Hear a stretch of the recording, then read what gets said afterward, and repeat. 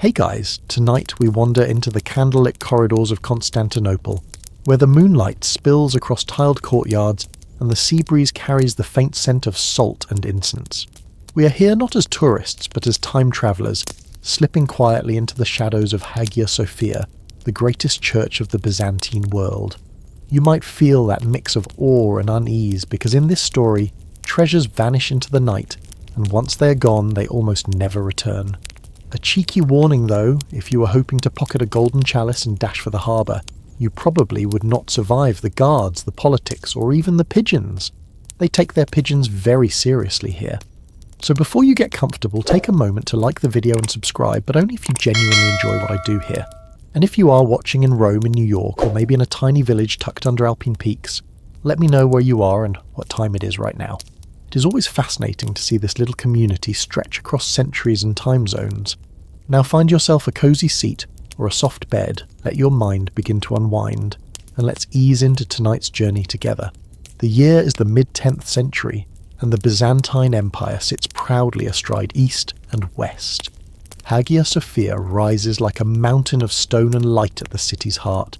Its dome glitters with mosaics of Christ and emperors shimmering as sunlight passes through windows high above. But when night comes, the building transforms. Lamps flicker, shadows stretch across marble columns, and the silence is so deep you can almost hear your own heartbeat echoing against the walls. This is where the treasure rests. Jewelled crosses, reliquaries filled with fragments of saints' bones, silken altar cloths imported from far-off lands, and golden vessels so heavy they could weigh more than 20 kilograms, about 44 pounds each. For the people of Constantinople, Hagia Sophia is more than a church. It is a fortress of faith, a cosmic axis where heaven touches earth, and that is precisely why its treasure is both revered and envied. Outsiders whisper about its wealth in taverns, while insiders calculate what a chalice might fetch if sold quietly in Alexandria or Venice. Historians still argue whether these whispers were harmless gossip, or the sparks that would one day ignite a daring theft. Picture a city that never truly sleeps. Merchants bargain even after sunset, sailors drink along the harbour, and soldiers patrol the walls with their spears glinting in moonlight. Somewhere in this restless atmosphere, rumours begin to spread. A flickering lamp extinguishes itself during Vespers. A cat is seen perched atop the altar, glaring with eyes that shine unnaturally bright. Superstitious citizens murmur that these are omens, a sign that the holy relics may soon be disturbed. Of course, every society has its quirky beliefs. In Byzantium, some women still smear themselves with crocodile dung ointments imported from Egypt, claiming it keeps away evil spirits. Practical? Not really. Memorable? Absolutely. Back inside Hagia Sophia, a small group of attendants guard the treasure. Their duties are heavy, their pay unimpressive. Imagine being told, please protect a golden reliquary worth more than your entire family's farm, but also no sleeping on duty. Temptation simmers in such conditions, and here lies one of the enduring debates: was the theft an inside job? Did underpaid guards look the other way or even lend a hand? Or was the crime orchestrated by outsiders slipping in like ghosts through hidden doors? The geography of the building plays a role. Hagia Sophia is massive, over 70 metres, about 230 feet from floor to dome's crown. A person could vanish into its galleries, sneak behind curtains, or crawl through maintenance shafts without ever being noticed. Even today, explorers claim that secret passages and locked basements exist beneath the church. Some say they connect to cisterns or tunnels leading toward the old imperial palace. Scholars remain divided: are these genuine escape routes or just legends woven by storytellers, eager to add spice to an already mysterious tale? The treasure itself is described in sources with a kind of reverent exaggeration. Chronicles list jewelled crowns donated by emperors, enormous candle stands forged from silver and cloth of gold so bright it seemed to glow on its own. Try to imagine a chalice carved from a single piece of rock crystal, filled with wine during liturgy. Then imagine someone eyeing that chalice in the dim light and wondering, if I just tuck this under my cloak. Greed is timeless. But Constantinople is not without suspicion. Political factions compete for favour. Generals dream of seizing thrones, and the church itself is often drawn into intrigue. In that sense, the treasure of Hagia Sophia is not just wealth, it is leverage. Whoever controls it can buy loyalty, bribe soldiers, or finance rebellion. A historian might shrug and say it was inevitable someone would try to take it. The rest of us can simply marvel at the audacity. On one particular night, clear skies above stars twinkling like scattered gems, Constantinople seems calm. But inside Hagia Sophia the silence feels watchful. A door creaks, a figure stirs, and somewhere in the darkness plans are being set in motion. The stage is ready. The treasure gleams in its chamber. The city slumbers unaware that before dawn breaks something precious will slip away forever. The Byzantine Empire at this point in the story still hums with wealth and ceremony. Hagia Sophia does not simply dominate the skyline, it dominates the imagination. Completed in 537 under Emperor Justinian I, it stands like a mountain of light at the city's heart, its dome rising roughly 56 metres, about 184 feet above the floor, and spanning about 31 metres, about 102 feet across. Envoys step inside and fall quiet the way people do when a single space gathers the weight of centuries. A writer from the distant north once said the liturgy there felt not of this world, which is exactly the mood the building cultivates earthly stone coaxed into suggesting heaven. If architecture can tell a bedtime story, Hagia Sophia tells one in gold tesserae and candlelight. Wealth concentrates here for reasons both spiritual and practical. Constantinople sits at the hinge of continents, and caravan ships and ambassadors bring silk, spices, amber and ivory through its gates. Some of that wealth becomes offerings, jewelled crosses that glint like captured stars, crystal chalices clear as frozen water, and embroidered cloth shot through with actual gold thread.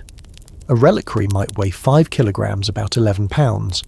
A silver candelabrum could reach 50 kilograms, about 110 pounds. Imagine carrying that through a crowded nave and pretending it is a light afternoon chore. Your lower back would file a formal complaint. The point is simple. The treasure is not theoretical. It is tangible, heavy, and to put it gently, very movable if one has strong arms and questionable ethics. Historians still argue whether Hagia Sophia's treasury functions as a purely ecclesiastical hoard or as an informal imperial reserve. A few chronicles hint that emperors deposit emergency funds there, letting coins sleep beside relics. Others insist the clergy resist that role, guarding the boundary between throne and altar with stubborn dignity. Either way, the outcome is identical. The most famous church in the empire also becomes its most tempting lockbox. Faith gleams here and so does gold, and the two together produce a magnetism thieves find hard to ignore, even if they prefer to call themselves collectors. The building's design adds to the mystery. Galleries ring the nave like shadowed balconies. Service corridors snake behind curtains. Storage rooms sometimes open into other storage rooms in a way that would make a modern fire inspector reach for a whistle. A person who knows these spaces can move like a whisper. A person who does not will bump a knee on a marble plinth and try very hard not to yelp. Old stairways have been sealed behind later walls. Cupboards occasionally open onto narrow landings, and a few doors stand where no doors appear on any plan. Historians still argue whether these oddities are deliberate defences or simply the untidy result of centuries of repairs. Either way, the maze feels alive. Life around the church builds its own gentle drumbeat. Bakers wake while the stars linger and slide loaves into brick ovens. The air smells of sesame and warm wheat. Porters call out at the docks as bales thump, ropes creak, and gulls behave like unpaid foremen. Greek mingles with Armenian and Arabic in a bargaining rhythm that sounds like cymbals from a distance. Pilgrims lean on staffs, press hands to the cool stone of the narthex, and blink up at the dome as if it might answer a question they have carried for years. Guards exchange shifts with a mix of pride and boredom. Pride because they stand at the threshold of the empire's soul. Boredom because standing still is a skill no one praises until something goes wrong. Under all that bustle runs a thread of tension. To the east, adversaries test borders. To the north, the Bulgarians weigh opportunities. Within the city, the blues and greens, the chariot factions, who long ago learned to turn cheering into politics, still trade insults, and on lively afternoons stones. When the city feels unstable, people look to Hagia Sophia for balance. If the lamps burn bright and the liturgy pours like water, they breathe easier. If a lamp gutters, they read omens in the smoke. The church is not just a building. It is a barometer, and citizens glance at it the way sailors glance at a sky that forgets how to choose a colour. Numbers turn devotion into logistics. A grand vigil can drink hundreds of litres, about dozens of gallons of olive oil in a single night to keep countless small flames alive. Processions circle the nave with banners and reliquaries. The marble floor becomes a slow river of footsteps. A chorister might carry a candlestick that weighs 7 kilograms, about 15 pounds, while singing on key and pretending his forearms are not trembling. Servers shuttle in careful lines, lifting veils, opening cupboards, locking and unlocking chests. The choreography is reverent, but it is still choreography, and anyone who has ever stage managed a ceremony knows the truth. Nobody likes to admit fatigue sneaks in wearing soft shoes. A mainstream fact steadies the mood everyone remembers: the riots a century earlier when the city burned, and an earlier church on this site fell in flames. The rebuilt Hagia Sophia became a promise that order would hold. That memory works like a charm against panic. But charms have expiration dates. It takes only a small crack in trust for rumours to pour through, and rumours are very good at finding cracks. Now and then, a fringe tidbit floats through the market like thistledown. A stall sells little lead seals shaped like keys and claims they guarantee safe passage past any gate if pinned inside a cloak. It is nonsense, of course, but clever nonsense. At a glance, a seal looks like authority. One can imagine the mischief if a real pass or a convincing counterfeit falls into practiced hands. A borrowed robe, a steady posture, a lamp carried with the calm of a veteran server permission can be performed. And if permission can be performed, doors tend to open out of politeness before caution catches up. And the human factor never stops whispering. Remember that crocodile dung ointment from the other night's gossip? Even that would not sweeten a guard's patience at 3 a.m. Fatigue blurs edges. Someone forgets to relock a chest after inventory. Someone props a door with a sandal to fetch another lamp. Someone decides to count coins later because the choir just started a hymn they like. None of this is villainy. It is ordinary life doing what it always does, making tiny, comfortable shortcuts that feel harmless until one of them becomes a corridor. Through all of this, the church remains luminous. Torches tilt and mosaics flicker. Veins in the marble catch light like frozen streams. Sailors on the Golden Horn swear they can hear the hymnody from their decks, and 1 or 2 claim they smell cinnamon and myrrh riding the night air. That last detail might be piety doing a little weightlifting, but who can blame them when the dome glows even skeptics soften? Somewhere near the narthex where visitors enter and guards exchange polite nods, a small pocket of shadow studies the way a latch lifts when a tired hand lines it up. The treasure sits only steps from human fallibility. In a building that measures distance in processions and devotions, it may take only 20 metres, about 66 feet to cross from reverence to theft. And on the right night, when the wind hushes, when the choir has finished, when a cat decides that sleep is the higher calling, someone might try those steps. They will tell themselves it is borrowing. They will tell themselves the empire has plenty. They will tell themselves that God surely understands accountancy. Jokes aside, that is how the mind makes space for what the conscience resists one small excuse at a time. By dawn the dome will still glow and the sea will still breathe. But the balance between awe and appetite will have shifted by a finger's width. Anyone who has ever tried to level a wobbly table knows a finger's width is enough to make a cup slide. In that tiny slippage lives the whole peril of a city that trusts stone to hold back desire, and of a treasure that trusts human promises more than locks. A treasury is only as secure as the myths that guard it, and Hagia Sophia's myths are legion. By the 10th century, stories swirl that angels patrol its galleries, and that anyone foolish enough to steal from the church will collapse before they reach the door. Citizens tell their children that invisible hands have struck thieves down, while priests reassure nervous pilgrims that relics themselves burn with a protective fire. Yet history has a habit of mocking certainty, and every fortress eventually learns that a story alone cannot fasten a lock. The treasure chamber of Hagia Sophia is not a single glittering room, but a network of vaults, cupboards, and hidden niches. Relics nest in reliquaries shaped like miniature churches, their roofs sparkling with gemstones. Chalices carved from crystal stand beside bowls of silver. Priests handle these objects in ritual, lifting them as carefully as one lifts a newborn child. An inventory list from one chronicler claims that among the hoard was a fragment of the true cross wrapped in silk and gold. Whether the fragment is authentic remains a debate. Historians still argue whether the relics of Constantinople are genuine sacred objects or the medieval equivalent of branded merchandise, but at the time, faith and value intertwine. The measurements of wealth are staggering. An altar cloth embroidered with gold thread might weigh 10 kilograms, about 22 pounds.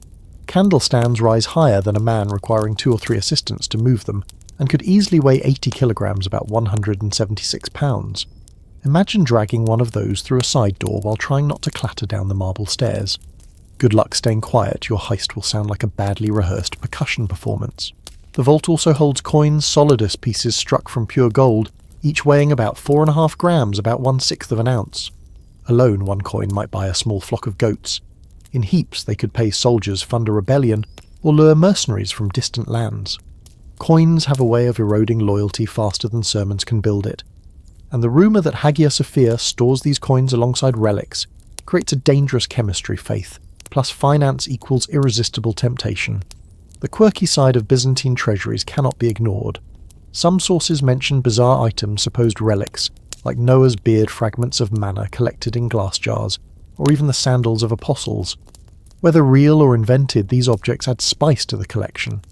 A merchant visiting from Cairo once claimed he glimpsed a feather said to be from the Archangel Gabriel locked in a crystal tube. Did he see truth, or did a sly attendant tell him what he wanted to hear for a generous tip? The line between catalogue and carnival is thin. Guards patrol, but they are not incorruptible. Salaries lag and debts accumulate. Constantinople's taverns make a thriving business out of soldiers too eager to wager coins on dice or drink away a week's wages. A guard with empty pockets might start calculating how many minutes it takes to unlock a chest, and whether the priests ever check every corner after midnight prayers. A historian once suggested that more treasures have been lost to bored guardians than to armies, and while that is an exaggeration, the suspicion lingers like incense smoke. The empire itself contributes to the tension. Emperors rotate sometimes peacefully, sometimes on the points of swords. Palaces buzz with intrigue. An empress whispers to a general, a patriarch plots with senators, and suddenly the line between piety and politics blurs. If an ambitious nobleman wishes to fund a coup, the vault of Hagia Sophia might seem like the perfect bank, albeit a bank that claims divine ownership. Historians still argue whether the theft was a matter of personal greed or political strategy, but both explanations fit the mood of Byzantium like a glove. Architecture offers both defence and opportunity. Thick bronze doors bar the main entrances, but smaller doors, maintenance routes, sacristy passages and even concealed staircases dot the building. Some lead to storage beneath the floor, others into the galleries above. One tale insists there is a door behind the apse that leads directly to a tunnel beneath the city. Archaeologists have never confirmed such a passage, but the rumour persists. For a would-be thief, even the possibility is enough to spark dangerous hope. And then there are the superstitions. Pilgrims murmur that the marble veins in Hagia Sophia's floor form protective symbols, crosses, keys, even the outline of a fish if you look from the right angle. Locals claim that lamps flicker as warnings when ill intent is near. Cats prowl the galleries, their eyes catching candlelight like small emeralds, and some swear the cats themselves are guardians sent to chase away demons or thieves. A few guards probably encourage these stories, knowing that a nervous thief is more likely to trip over his own imagination than a locked chest. Yet superstition cuts both ways.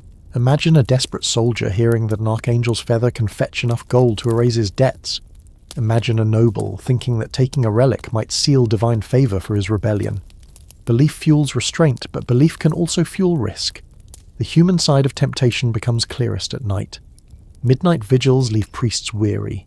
Guards fidget their eyelids heavy. A reliquary gleams in the lamplight, and the thought surfaces unbidden. What if I just touched it? What if I carried it a few steps further? Small thoughts breed larger ones. And in a city where 20 metres, about 66 feet, separate safety from scandal, the distance between imagination and action is perilously short. So the treasure sits heavy with meaning, glowing with danger. It is both fortress and invitation. And if you lean in closely, you can almost hear it whisper the same phrase into the ears of saints and scoundrels alike. Come closer, take me, risk everything. Rumours arrive long before thieves. In Constantinople, gossip moves faster than ships slipping from taverns into palaces and from marketplaces into monasteries. Before the theft at Hagia Sophia, shadows of suspicion ripple across the city, whispered in candlelit corners and penciled into the margins of chroniclers' notes. People speak of omens, and the Byzantines who read meaning in a bird's flight and a candle's smoke take them very seriously. One evening, during Vespers, a lamp sputters and goes out even though its oil remains half full. Worshippers gasp and cross themselves. Some claim the flame vanishes as if blown by an unseen hand. A warning someone murmurs and the rumour grows legs. Elsewhere, a stray dog howls at the great doors for 3 nights in a row. In a city that once believed a single chariot race could bend an emperor's fate, such small signs are never ignored. Historians still argue whether these tales reflect genuine memories from the days before the theft, or whether later writers embroidered the story to fit the drama that followed. Politics provides kindling. The blues and the greens squabble not only over victories in the hippodrome, but over access to power. Courtiers whisper that the emperor has quarrelled with his patriarch. Soldiers grumble about late pay and thin rations. In the shadow of the empire's most resplendent church, ordinary cracks in governance widen into fissures of paranoia. The treasure of Hagia Sophia glitters brighter the more the empire's confidence dulls. It is a beacon, and it is a temptation. Foreign eyes add pressure. Merchants from Venice admire the mosaics with interest a little too intense. Ambassadors from Kiev bow before the relics, then count with their eyes. A caravan master from Aleppo marvels that the nave, when fully lit, seems brighter than noon. A traveller's joke spreads through the wine shops. Constantinople must have captured a piece of the sun and chained it to the dome because nothing else could explain the light. It is exaggeration, of course, yet exaggerations tend to reveal desire. Desire is the first draft of theft. Closer to home, ordinary citizens feel the drift. Market women gossip that a guard at Hagia Sophia has been seen at dice games wagering more than his salary could possibly cover.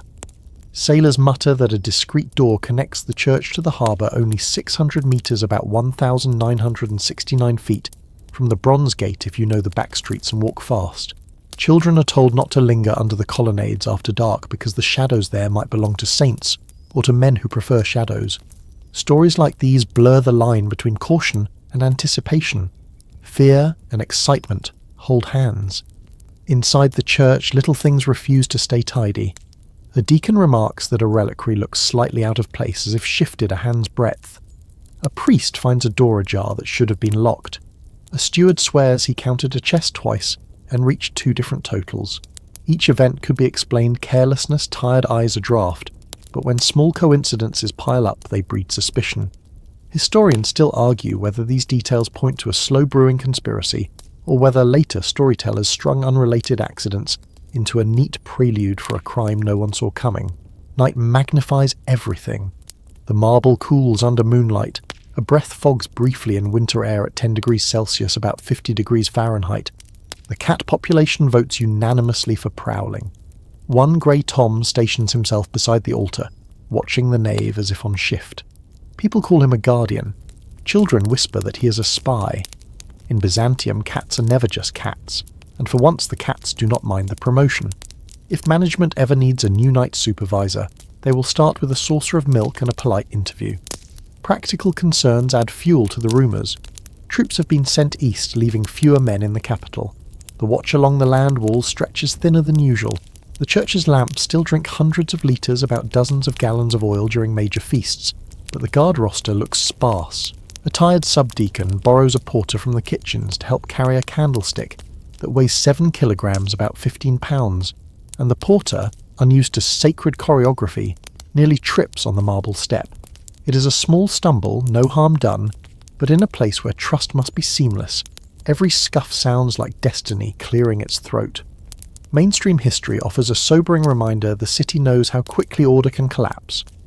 Older citizens repeat tales of the Nika riots of 532 when fire devoured neighbourhoods, and an earlier church on this site fell in flames before Justinian rebuilt Hagia Sophia. That memory rests like a charm against panic, yet charms have expiration dates. It takes only the rumour of an unlatched door for dread to move in like fog. Superstition thickens the air. A street augur reads patterns in lamp smoke at the forum and announces that keys will change hands. A widow pins a pierced coin to her shawl, convinced it will unlock pity at any gate. A baker claims he saw 2 crows circling the dome at dawn, and everyone promptly decides that crows are accountants who have come to collect. Remember that crocodile dung ointment, some citizens swear, will keep away evil. Even that cannot calm nerves now. The city smells faintly of anxiety and incense, an odd perfume that suggests prayer meeting a locked chest. Scholars, of course, try to be practical. A philosopher scoffs that omens are for fools and insists that bronze doors and iron bolts keep faith safer than prayers alone. Yet even he admits that gold has a way of vanishing from rooms where no one looks twice at a servant carrying a cloth-covered bundle. Permission, after all, can be performed. A borrowed robe, a practised walk, A lamp held with the calm of a veteran server. These are the costumes of legitimacy. Add a dignified cough, and most people will hold the door. Distance and time turn into numbers that invite calculation. From the southern narthex to the nearest postern gate is roughly 200 metres, about 656 feet, at a steady walk that is 3 minutes. From there to the quay, where small boats bob on the Golden Horn, adds another 700 metres, about 2,297 feet. In 12 minutes, an object can go from altar to oarlock if no one asks a question. That is not a plan, never that, but it is the sort of arithmetic that tempts people who stand too long beside treasure. Inside, the choreography of devotion continues. Processions circle with banners and reliquaries. Choristers lift voices. Readers declaim from the ambon. The building hums like a great instrument, all strings and echoes. Yet small errors sneak in, wearing soft shoes. A boy acolyte sets a lamp too close to a curtain. A server shifts a chest to sweep beneath it and forgets to push it back. A custodian steps outside for a breath of cold air and loses the thread of his duties. None of this is villainy. It is simply the human texture of a long night, the kind of soft negligence that makes opportunity feel polite. A fresh, quirky tidbit edges into the rumour mill. A seller near the cistern claims to stock amulets pressed with the sign of Solomon that render the wearer invisible to envious eyes. He demonstrates by standing perfectly still while his apprentice pretends to search, and fails, astonishing theatre for only 2 coins. Pilgrims buy the trinkets, tuck them under tunics, and feel braver. Superstition creates courage. Courage creates mischief. The city has always been good at manufacturing both. Through the galleries, footsteps learn silence. Someone counts how many heartbeats pass between a guard's rounds. Someone notices that the latch on a side door lifts more smoothly if pressed from below. Someone observes that a certain cupboard yields with a soft nudge because its wood swelled in last month's rain.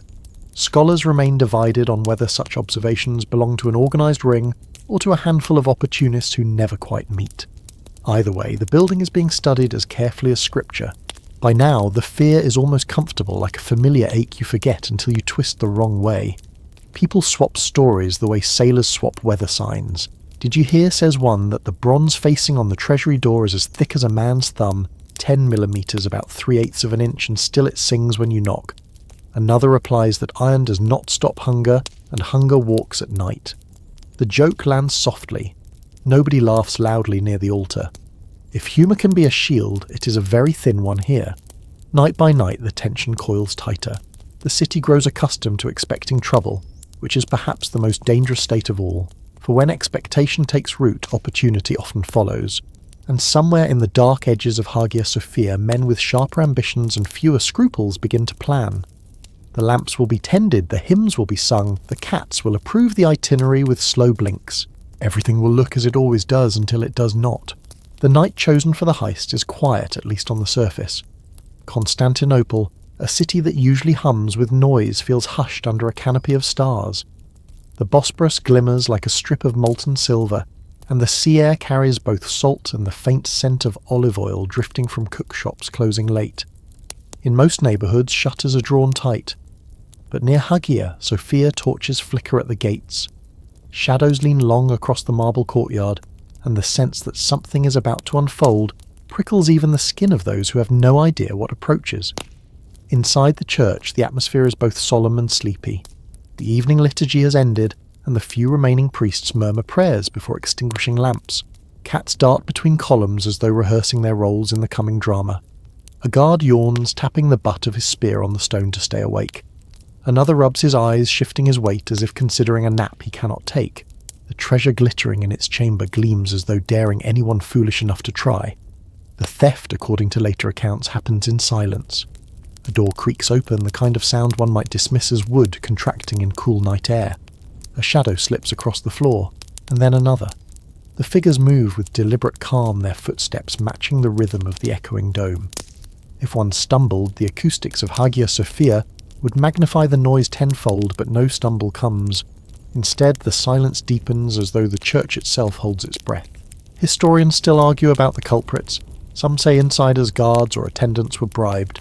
Others suggest foreign agents, perhaps Venetians or mercenaries, used disguises to slip inside. There is even a fringe theory that monks jealous of relics hoarded by rival monasteries plotted the theft themselves. None of these theories can be proven, but the lack of certainty fuels the mystery like oxygen feeds fire. The practical challenge of removing objects this large and heavy is immense. A reliquary might weigh 20 kilograms, about 44 pounds. A candlestick more than 80 kilograms, about 176 pounds. Even a small chest of coins would test the arms of two strong men. Did the thieves carry them openly cloaked as servants moving ritual equipment? Did they lower them by rope through a window? Or did they remove only smaller, more concealable items, jeweled chalices, gold coins, and reliquaries that could fit beneath a cloak? Scholars disagree, and in that disagreement lies the intrigue. The quirky details too persist. One account mentions a lamp flickering back to life, just as the thieves passed, casting their shadows enormous against the wall. Another tells of a cat that followed the men silently, its eyes glowing like green lanterns as though escorting them to the door. Were these embellishments added later to make the tale feel uncanny? Very likely. Yet they cling to the story, lending it a texture that bare facts cannot provide. From the first chamber to the outer doors, the distance is not great, perhaps 50 metres, about 164 feet. At a careful pace, it could be crossed in under a minute. But in the middle of the night, with every creak magnified, each step feels like a gamble. Did the thieves whisper to one another? Did they count their heartbeats, waiting for the guards round to pass? Or did they stride boldly, disguising themselves as rightful custodians? The silence of history leaves only questions. What is known is that the theft was not discovered until dawn. When the priest returned ready to light the lamps and chant the first hymns, they found the chamber disturbed. A chest stood open. A reliquary was missing. Coins had vanished. The details vary from one chronicle to another, but the shock was unanimous. Hagia Sophia, the unshakable fortress of faith, had been violated. For the citizens of Constantinople, the theft hit like an earthquake. If the holiest site in the empire could be robbed, what else was vulnerable? If angels and relics could not guard treasure, could they guard the city itself? Faith trembled alongside wealth, and in that trembling rumour rushed in to fill the void. Remember the omens, the sputtering lamp, the howling dog, the cat at the altar. These signs were suddenly reinterpreted as warnings. Citizens shook their heads and said, "We should have known." A few insisted that divine punishment would follow. Others whispered that the empire had lost its mandate. Even jokes turned bitter. One wag in the forum remarked that perhaps God himself had pawned a reliquary to pay the army since emperors were so slow in doing it. The theft was not just about gold. It was about confidence. An empire thrives not only on armies and taxes, but on the belief that its institutions are unassailable. Hagia Sophia's treasure represented continuity, safety, and divine favour. When it vanished, even in part, the illusion cracked. The empire still stood, but something invisible had been taken as well. And so the night passes into legend. The stars fade, the Bosporus glimmers with morning light, and the bells toll a summons not of celebration but of alarm. Hagia Sophia remains standing, her dome unbroken, but the silence inside is heavy as though mourning what was lost. The treasure is gone. The culprits have vanished, and Constantinople, for all its walls and wealth, discovers that no sanctuary is beyond the reach of shadows. Dawn finds the reliquary lids ajar and the chest's latch lifted like a yawn, and the shock that runs through Constantinople feels almost physical. Priests freeze mid-step. A guard lifts his hand to make the sign of the cross and realizes too late that he is still holding the key he swears he returned last night. Attendants speak at once, then not at all. Whatever vanished in the dark has taken the room's courage with it. From the first heartbeat of discovery, the trail splits like cracks in drying clay. One acolyte insists he saw two hooded figures glide across the southern narthex before sunrise, moving with the slow confidence of men who belong. A dock porter swears 3 bundles about the size of altar cloth chests left the neighbourhood just before first light.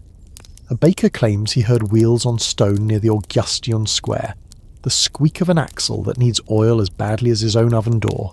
Historians still argue whether any of these are eyewitness truths, or the kind of stories cities invent to comfort themselves when certainty flees. Search parties scatter.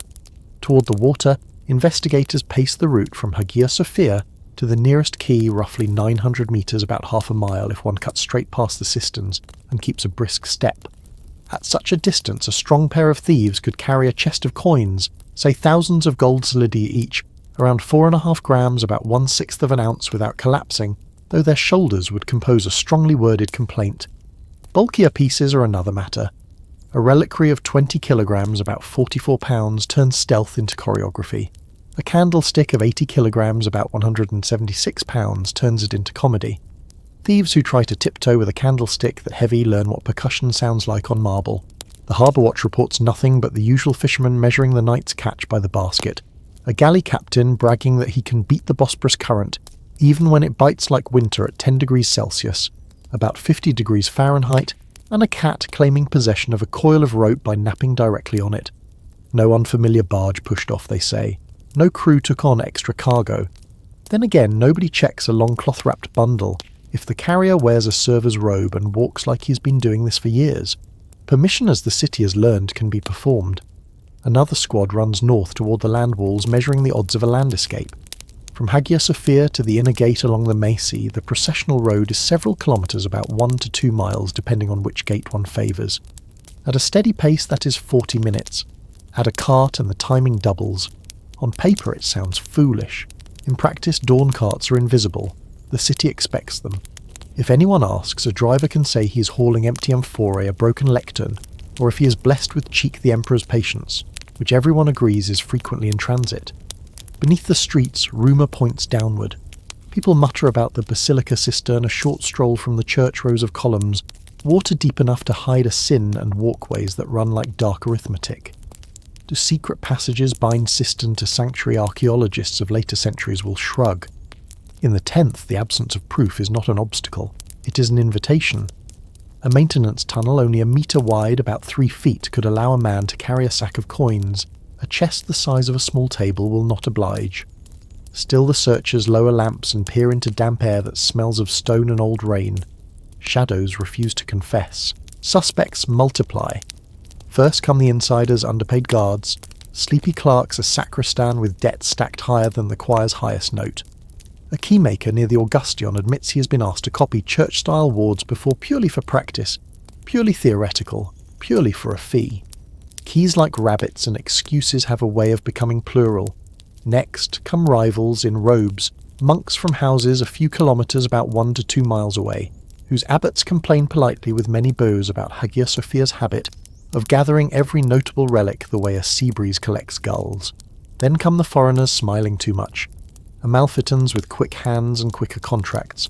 Venetian merchants whose ledgers love columns as much as the knave does envoys from Russ, whose beards look like they could store a week's worth of secrets. A mainstream fact steadies the speculation the city is fenced by the Theodosian walls, triple lines of stone and ditch that have laughed at sieges for generations, and the Golden Horn itself is defendable by a great chain stretched across the water in times of peril. If treasure left by ship, it likely went before the chain was raised. If by land, it crossed a gate where a sleepy guard waved it through. Security is a marvel on parchment. At 3 in the morning, it is a man with a lantern who would rather be warm. Quirky tidbits flutter through like moths to lamplight. A fortune-teller at the Forum promises revelation from an octopus who chooses shells marked with suspects' names. The octopus, an honest civil servant, picks whichever shell has the crab beneath it.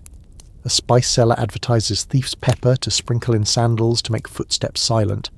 The only thing it silences is dignity when the user sneezes. A barber claims a monk paid with a coin so pure it sang on the counter. The barber kept the coin for evidence, of course, but cannot recall which pocket. Constantinople adores evidence that jingles. Back inside the church, the official inquiry begins with lists. What was taken, here the record fractures again. One inventory claims a gold-mounted fragment of the true cross is missing. Another claims that relic is safe, but a rock crystal chalice has gone. A third swears the chalice sits exactly where it should, but that a silver candelabrum, one of the pair that weighs perhaps 50 kilograms, about 110 pounds each, is missing its twin. Historians still argue whether later writers folded multiple small incidents into one great theft, or whether a single cunning robbery left accounts so scrambled they read like a chorus practicing different songs. Interrogations follow the rhythm of panic. Guards are questioned about routes, timings, gambling debts, and cousins who know a man who knows a sailor. Clergy are pressed about keys and copies of keys and keys that should no longer exist but somehow do.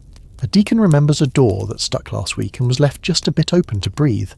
A server admits he propped a side entrance with a sandal while fetching more oil, 50 litres, about 13 gallons, for the lamps that night, and forgot to remove it. If guilt could be measured in litres, they would have more than enough to fill a font. The foreign angle expands because foreign angles always do. A Venetian galley departed at dawn, yes, but with bales of wool and barrels of wine and an official stamp, the captain will happily show the manifest if someone catches him before the wind does. An Amalfitan warehouse received several crates labelled devotional textiles, which is either innocent or hilarious depending on how much sleep one has had. A caravan left the gate toward the east carrying spices, medical resins, and 3 crates nailed shut with uncommon enthusiasm. The guard who stamped the pass remembers the driver whistling a tune from the hippodrome, he thinks, and the driver remembers the guard's stamp being slightly crooked. Memory, that famous witness, keeps losing its spectacles. Anxious minds reach for patterns. Perhaps the thieves were not thieves at all, but political hatchets. Nobles gathering funds, rivals shaping embarrassment for the throne, or in one whisper that should not be spoken near pillars, agents of the palace itself liquidating sacred metal into solvable military problems. Historians still argue whether such theories are clever hindsight, anachronistic projections fed by the later disaster of 1204, or plausible given the way Byzantine politics enjoy card tricks. The debate is its own labyrinth. One enters sure of the exit and finds the corridors delightful and unending. By evening, the city has rehearsed 3 complete narratives and a half-dozen excellent jokes. The best of the jokes may be the quietest, that no one is certain what is missing until a feast day comes due, and a particular object fails to appear in procession.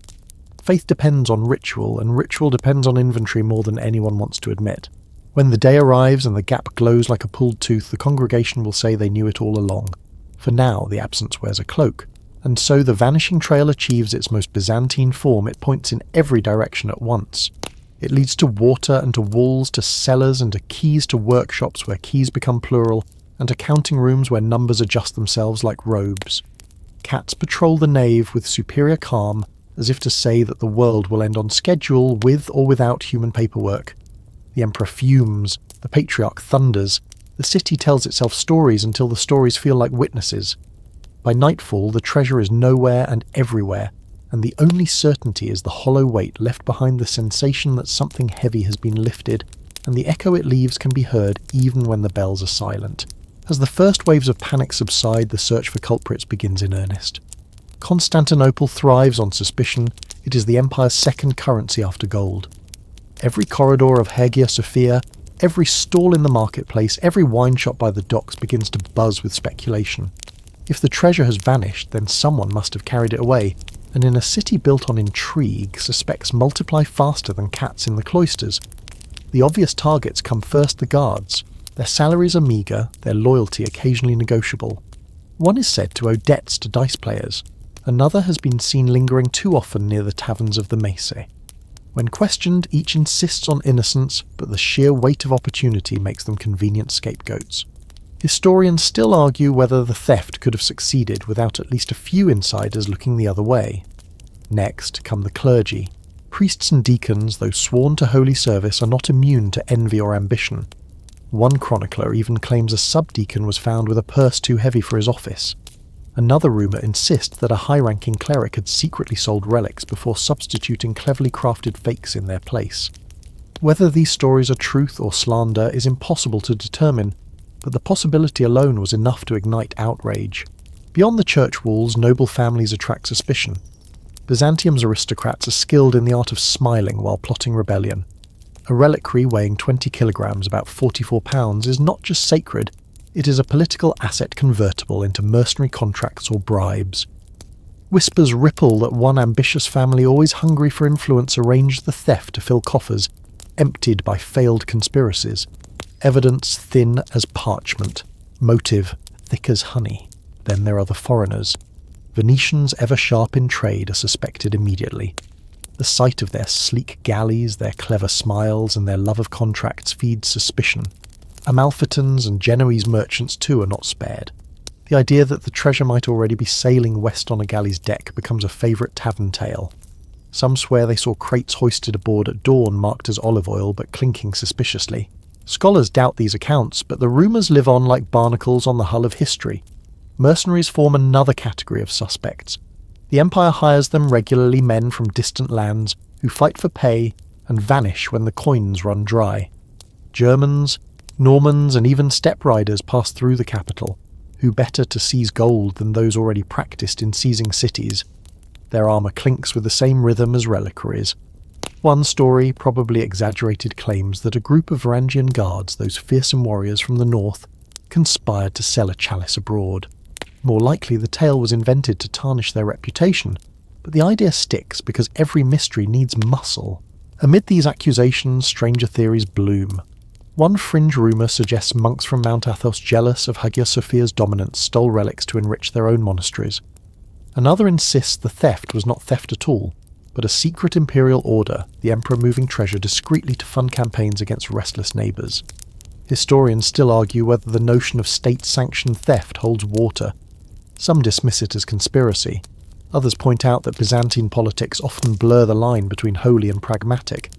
The quirky side of rumour cannot be ignored.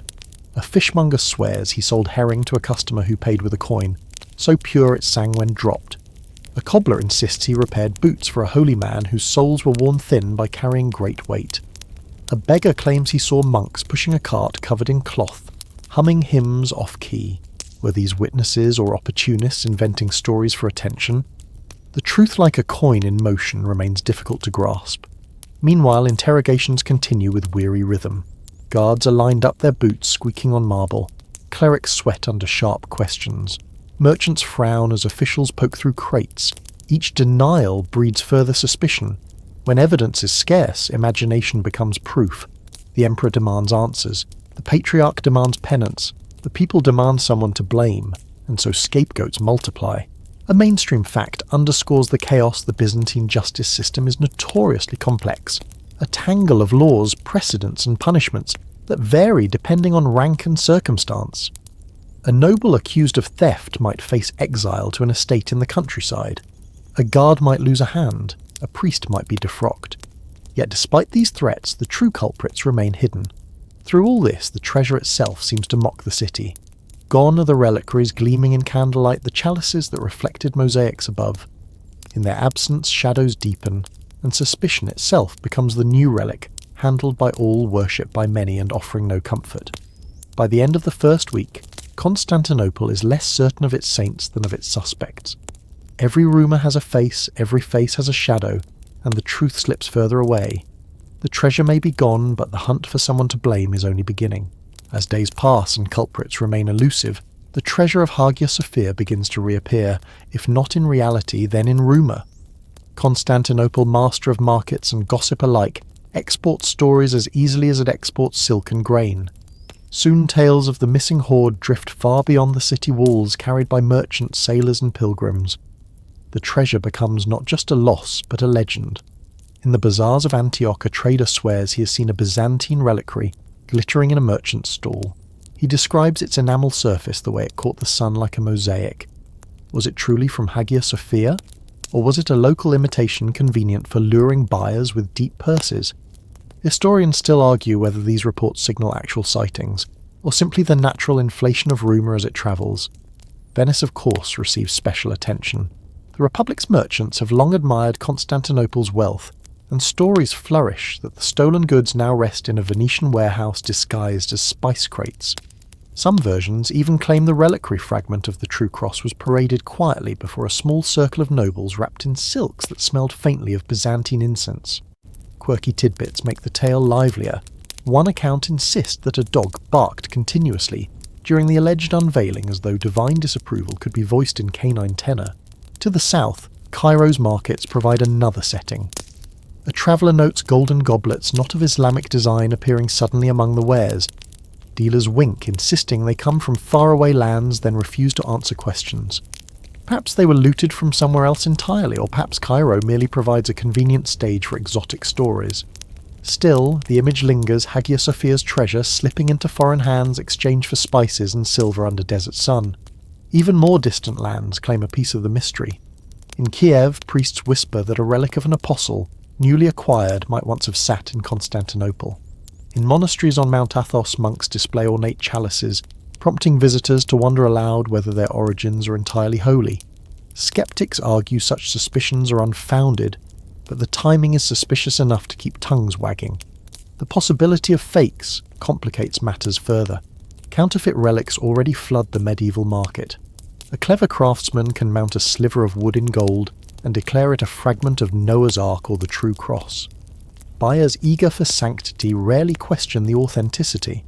So when rumours spread that Hagia Sophia's relics have surfaced abroad, no one can be sure whether they are real or forged. The uncertainty itself becomes part of the allure. A mainstream fact reinforces the plausibility medieval trade networks connect every shore of the Mediterranean. A reliquary taken from Constantinople could in theory appear in Venice within weeks, in Cairo within months, or in Paris within a year. Goods move with caravans and ships, and while customs officials check for taxable wares, sacred objects slip through under cloaks or inside barrels. The Byzantine Empire itself profits from this system, exporting silks and icons, so it is hardly surprising when its treasures ride the same currents, albeit illegally. The empire's leaders respond with bluster. The Patriarch thunders that anyone found possessing stolen relics will be excommunicated.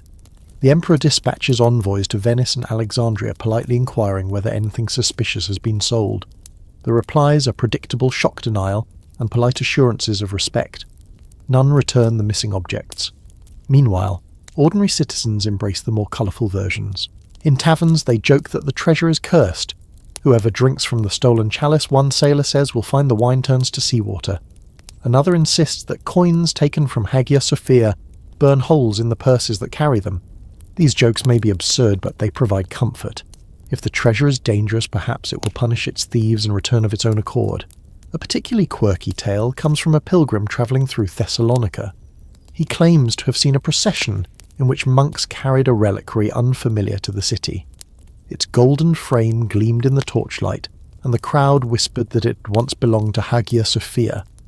Whether this was true or merely an attempt to enhance local prestige is unclear, but the story travelled quickly, adding Thessalonica to the growing list of possible hiding places. Historians still argue whether these sightings reflect fragments of truth or the human tendency to dress mystery in familiar robes. One possibility is that the treasure was broken up, scattered in pieces so small that no single recovery was possible. Another is that it never left the city at all, hidden in cellars or buried beneath courtyards, while foreign sightings were nothing more than coincidence. Yet the legend refuses to die. The image of Hagia Sophia's reliquaries travelling across seas and deserts is too captivating to discard. In every retelling, the treasure grows larger, brighter, more miraculous. The very uncertainty becomes its power. If it could be anywhere, then it could be everywhere. And so the story spreads, weaving itself into the fabric of Byzantium's neighbours, until Hagia Sophia's stolen wealth belongs not just to Constantinople's memory, but to the imagination of half the world. Time has a way of turning absence into influence. The missing treasure of Hagia Sophia does not simply leave a hole in the church's treasury. It leaves a wound in the empire's confidence. What vanishes in the dead of night reappears in arguments in politics and in the trembling of faith. For Byzantium, the theft is not just a crime, it's a mirror reflecting its own fragility. In sermons delivered the week after the discovery, priests thunder that the city has sinned. God, they argue, has permitted the loss as a warning. Repentance is demanded, more fasting, longer prayers, richer alms for the poor. Yet some congregants whisper that it is the clergy themselves who should repent. After all, if priests could not guard holy relics, what else might slip through their fingers? Historians still argue whether these sermons strengthened piety or sowed mistrust. Perhaps both. The emperor too feels the sting. Hagia Sophia is not only a church, but also a stage on which imperial power displays itself. When ambassadors from distant lands arrive, they are escorted through the glittering nave to show off Byzantium's might. Now those same ambassadors hear whispers of theft. Instead of awe, they sense weakness. A reliquary lost is not only gold misplaced, it is prestige diminished. For rulers who live on image, that loss is heavier than a candlestick of 80 kilograms, about 176 pounds. Politically, suspicion breeds discord. Factions at court accuse one another of complicity. Noble families mutter that rivals orchestrated the theft to embarrass them. Courtiers smile in public but sharpen words in private, each eager to shift blame. The Patriarch, furious at the suggestion that clergy were negligent, pushes back against imperial officials, demanding harsher punishment for guards. The emperor bristles at this interference, insisting that discipline is his domain. Thus the theft inflames an already delicate balance between throne and altar. Ordinary citizens, meanwhile, respond in ways both practical and peculiar. Some light extra lamps at home, convinced that more flame will drive away misfortune. Others avoid passing Hagia Sophia after dark, fearful that the church itself has become unlucky. A quirky tidbit circulates. Children are told not to whistle near the cathedral lest they accidentally summon the spirits of the thieves. Parents may have invented the rule simply to keep kids quiet, but in Byzantium every superstition has a staying power. A mainstream fact underscores the seriousness of the loss. Hagia Sophia's treasures were not mere decoration. Relics were central to liturgy processions and imperial ceremonies. Without them, rituals faltered. A feast day procession missing a reliquary looked incomplete, even ominous. When the emperor wished to emphasize his authority, he processed alongside relics to symbolize divine approval. With those relics gone, the symbolism was diminished. Power in Byzantium was theatrical, and missing props meant weaker performances. The empire's enemies notice. Reports circulate that Arab leaders mocked the Byzantines, saying their god must sleep if his own treasures could be stolen. In the north, Bulgarians grin at the story, using it to fuel their own propaganda. Even distant powers hear the tale. To them, the theft is less about gold, and more about the idea that Constantinople, impregnable in legend, can bleed. The psychological effect within the empire is profound. Citizens begin to question the invincibility of their city. The mighty walls still stand, the army still marches, but if Hagia Sophia could be breached, perhaps nothing is truly safe. That doubt seeps into daily life like water through stone. A merchant locks his stall more tightly. A soldier glances over his shoulder more often. Faith becomes tinged with fear. Over time, the missing treasure becomes a political tool. Court factions wield it as a weapon against one another. If an official stumbles, rivals remind the emperor that he was in charge of church security. If a bishop dares to challenge imperial authority, whispers arise that his negligence caused the loss. The treasure's absence fills the halls of power more effectively than its presence ever did. And then there are the chroniclers, men with pens as sharp as daggers. Some describe the theft as divine judgment, others as human folly, others still as political sabotage. Their accounts diverge so widely that future historians despair of certainty. Yet all agree on one point: the event mattered. It changed conversations, rituals, and trust. Hagia Sophia was no longer untouchable. Quirky interpretations persist. One story insists the treasure was never stolen at all, that angels themselves spirited it away, hiding it until the empire repented of its sins. Another claims the relics still lie buried beneath the cathedral, guarded by spectral sentinels, waiting for a worthy generation to unearth them. These legends, though fanciful, reveal a deeper truth. People cannot bear to believe that such holiness was simply lost. They would rather imagine mystery than accept theft. Historians still argue whether the theft truly weakened the empire in measurable ways or merely in symbolic ones. Yet in Byzantium, where symbols were currency, a symbolic wound could prove fatal. What was taken that night was more than gold. It was certainty, the certainty that God favoured the empire, that Hagia Sophia's dome gleamed with divine approval, that Byzantium was unshakable. Once cracked, that certainty could not be polished back to shine. And so the echoes of the theft resound through time. The empire staggers but does not fall. Ceremonies continue, armies march, trade thrives. Yet beneath the surface the loss gnaws. Every candle lit in Hagia Sophia flickers with memory. Every hymn carries the shadow of silence. Every treasure displayed afterward is judged against what was taken. The theft may have lasted only one night, but its impact stretches across generations. Centuries have passed since the night when Hagia Sophia's treasure slipped into shadow, yet the mystery remains as stubborn as the marble pillars of the church itself. No confession, no ledger, no hidden vault has ever appeared to resolve the question. What became of the reliquaries, the chalices, the golden candlesticks heavy enough to strain the back of a porter? Did they sail west on Venetian ships, vanish into eastern caravans, or lie buried still beneath the stones of Constantinople? Each generation answers differently, and each answer reveals more about the dreamer than about the truth. Modern scholars approach the story with tools of reason. They compare chronicles, trace trade routes, and weigh probabilities. The Venetian theory, for instance, rests on strong commercial ties, and the Republic's later reputation for collecting Byzantine spoils. Yet there is no solid proof that Hagia Sophia's missing treasure reached Venice in that early century. Cairo offers another possibility. The city's markets absorbed countless exotic objects, and merchants there had both the wealth and the appetite to purchase relics. Still, the evidence is circumstantial. And then there is the idea that the treasure never left Constantinople at all, that it was hidden in cellars, redistributed quietly to other churches, or melted down and reforged into items indistinguishable from ordinary liturgical wealth. Historians still argue whether any single explanation suffices or whether the truth is a patchwork of all three. Archaeology frustratingly provides little help. Excavations around Hagia Sophia have uncovered hidden chambers and cisterns, but no crates of reliquaries waiting to be reclaimed.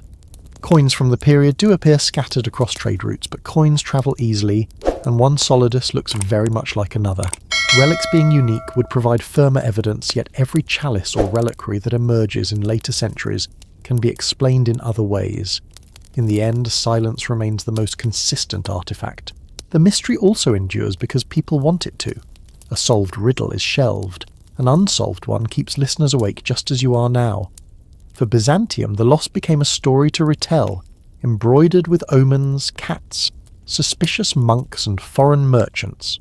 For modern audiences, it becomes a window into a world where faith, politics, and greed mingle as freely as spices in the market.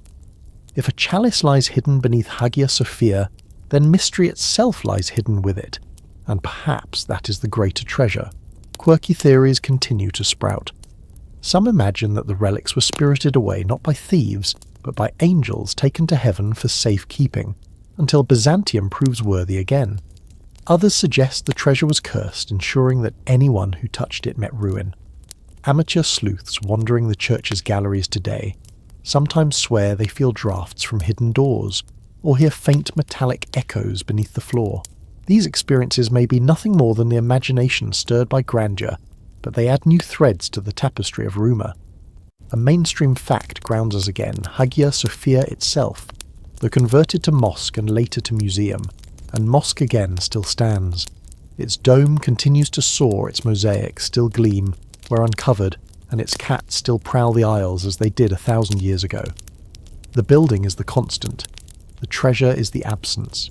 Together they create a paradox: the church remains, yet part of its soul is missing. The impact lingers in subtle ways.